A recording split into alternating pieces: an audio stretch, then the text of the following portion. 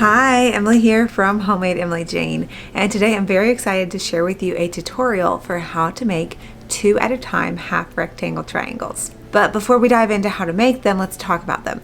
Half rectangle triangles, or HRTs for short, are an amazing quilt block or unit of a quilt block that makes a very fun geometric shape, and you can see them here in this quilt pattern. They're bold and fun and really add some modern vibes to your quilts, but they can be a little bit tricky. So stay with me and I'll walk you through every step of the way. Half rectangle triangles are triangles that come together, 2 of them, to make a rectangle. So those can be typically what I've seen is a 1:2 ratio. So it's twice as tall as it is wide, or twice as wide as it is tall, depending on the orientation. But you can also have half rectangle triangles that are other ratios as well, like 1:3, even 1:6. So just use this as a guide. I'm going to show you the 1:2 ratio because that is the most popular, but there are lots more other ways to do them as well into different ratios. A very similar process either way if you wanted to use this 2 at a time method. They are very similar to half square triangles, but a little bit trickier because there's a left side and a right side, where you don't have that with the squares, but you do have that with the rectangles. So you want to be extra careful for which side you're going for a complete design. So why are half rectangle triangles a little bit trickier? Well, first off, it involves sewing on the bias. So anytime you're sewing on the bias of fabric, it has potential for stretching. So that's the same for half square triangles or many other quilt blocks that we make within quilting, but you just want to be a little extra careful. One of the things I do to help mitigate any stretch that can happen is prepping my fabrics in advance. So if you use starch, that's a really great option. So I starch my fabrics and then press them so they're a little bit more crisp and they're less likely to stretch as I sew or press them later on. HRTs are more tricky than half square triangles also because of the left and right orientation, and also the trimming step is vital and a little bit trickier than what you may be used to if you've made half square triangles before. So make sure you stick around for the trimming and I'll walk you through how to trim half rectangle triangles using your classic quilting ruler or a specialty ruler. Now let's talk about the math involved for half rectangle triangles. You can use this tutorial to make any size. I'm going to make mine 3 inches by 6 inches, which is a super common quilt block, and that's the finished size. So to make the unfinished size, it would be 3.5 inches by 6.5 inches, adding that 1/2 inch for seam allowance around all 4 edges. So to figure out what size starting rectangles to cut, I'm just adding 1.5 inches to my finished size. So because I want my rectangles to finish at 3 by 6, I'm going to do 4.5 by 7.5. So we'll have plenty of wiggle room as we trim so that we can trim it down to size. If you want to know what size to make your starting rectangles, I'll put a whole size chart up right here. This just adds 1.5 inches to the finished size that you're making to both rectangles that you start with. I also have all these instructions written down over on my blog in an article. So I'll drop the link for that in the description below so that you can bookmark that, pin it on Pinterest, and come back to it whenever you might need it. All right, let's cover the supplies that you'll need to make 2 at a time half rectangle triangles. Of course, you'll need your fabrics, and you'll need all your classic quilting supplies, such as a rotary cutter for cutting, a classic quilting ruler, an optional half rectangle triangle ruler if you like your trimming to be a little bit easier, but that's not necessary. You might also like your sewing machine, thread, a nice hot iron and an ironing board, and a marking tool. You'll see me using my hair marker, but you can use a heat erasing pen or a water soluble pen. Anything that can easily be removed from the fabric later on is great. Here's the part that you've actually been waiting for: how to make 2 at a time half rectangle triangles. You'll start by cutting your fabric. I cut mine to 4.5 inches by 7.5 inches, but you can follow your own quilt math to make whatever size half rectangle triangles that you want. The next step is to mark our diagonal lines. Now, the really tricky thing about half rectangle triangles is that it really matters which side you mark. We're going to mark from one corner to the opposite corner, and I picked 2 different fabrics to show you. One thing that you really want to pay attention to is that we need to mark the wrong side of our fabric. So I'm going to flip these over, and I'm going to make one this direction and I'm marking with my hair marker, so it'll just leave a little crease. And then I'm going to mark the other one in the opposite direction. So you'll see how this ends up making left and right side triangles on your rectangle triangle. So now we have this one, you can kind of see the crease there, and this one. So now for the next step, we are going to sew these onto background fabric. So I picked this light pink fabric, and we can lay this on top. And if you've made half square triangles before, you know that you just line it up exactly on the edges. However, for half rectangle triangles, we rotate it so that you've got corner to corner. We can sew on both sides of the line because we're making 2 at a time. I'm going to go ahead and put a pin in it right here so that we can hold the pieces together. And you'll see, here's just a little sneak peek. When we open it up after we sew, that's going to be what it looks like. So you can test to see if you're on the right side triangle or the left side triangle. So the pink ones will be, the triangle will be on the right, and then the orange ones will be the opposite. So I'm going to, again, line it up, opposite angle, or opposite corner to corner, and then I'll pin it in place. And next we will take both of these over to the sewing machine and we'll stitch on both sides of the line. Now I have my pieces ready to go. They're all pinned in place. I have a 1/4 inch foot on my machine. I have it threaded with cotton thread in the top and in the bobbin, and I am going to sew a 1/4 inch on each side of the line. So we'll start with this side.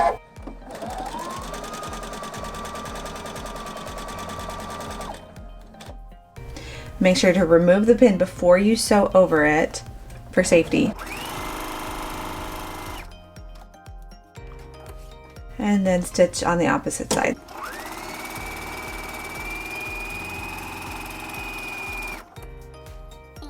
And then we'll repeat that same thing for the pink fabric.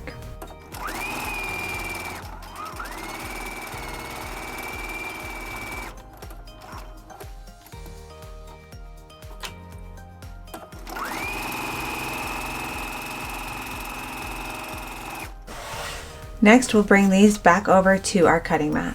Now you can see we've stitched on both sides of that center line with a 1/4 inch seam allowance, and I am going to trim directly on the line that we drew earlier. So I just use my rotary cutter to cut them apart, and you'll see we have our rectangle triangles, and then I'll repeat on this other one.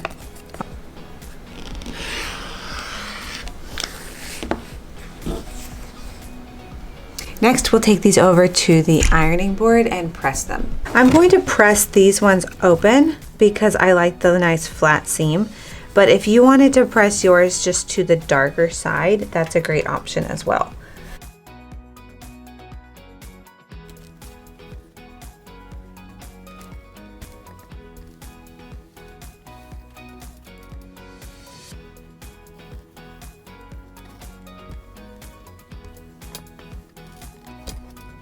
Once your seams are pressed, you can see we've got our orange left side triangles and our pink right side triangles.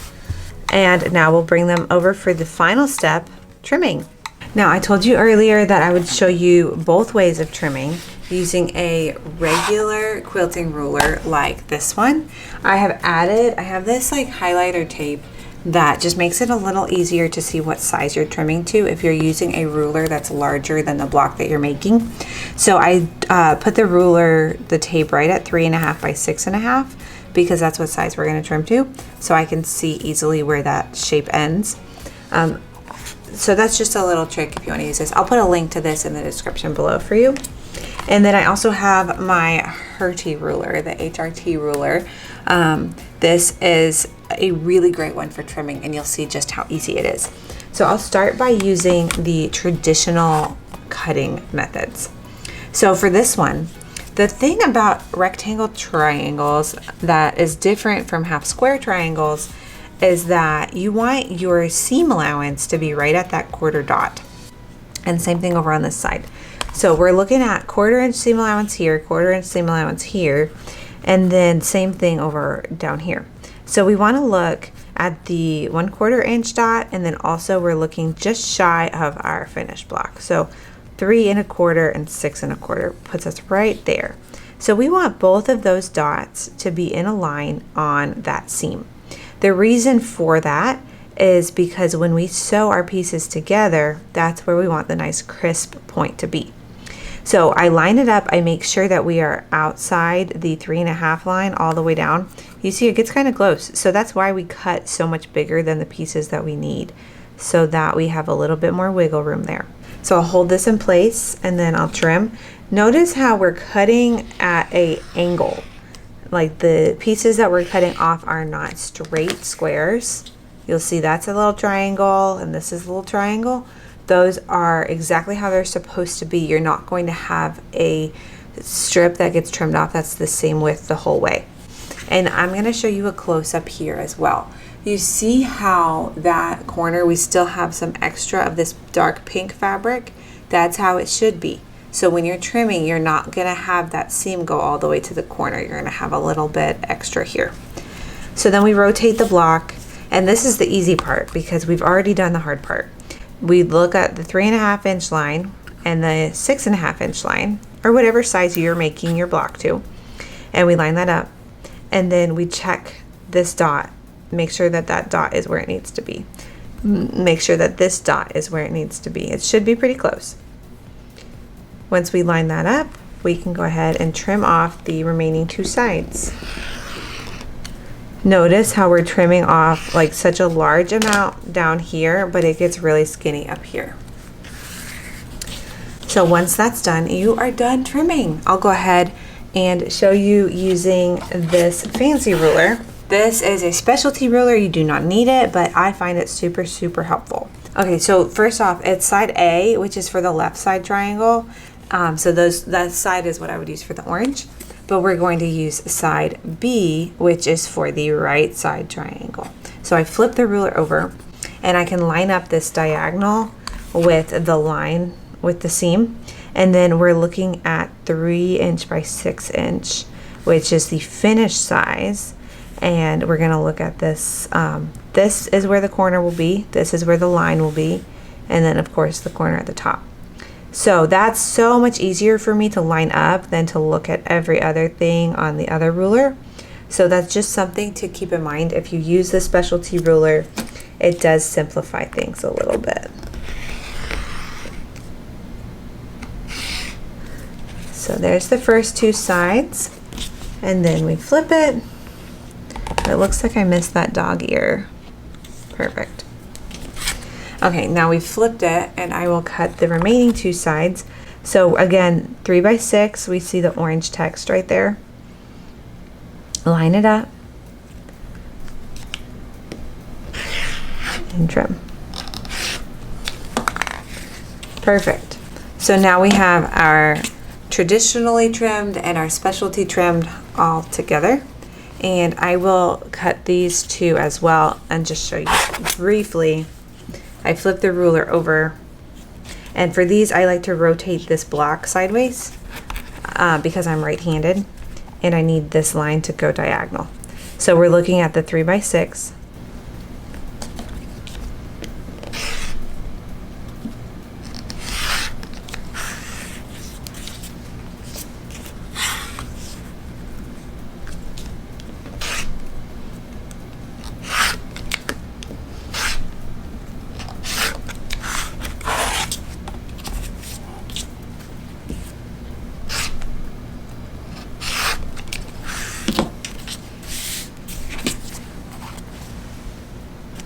And just like that, we have our half rectangle triangles, the left side and the right side.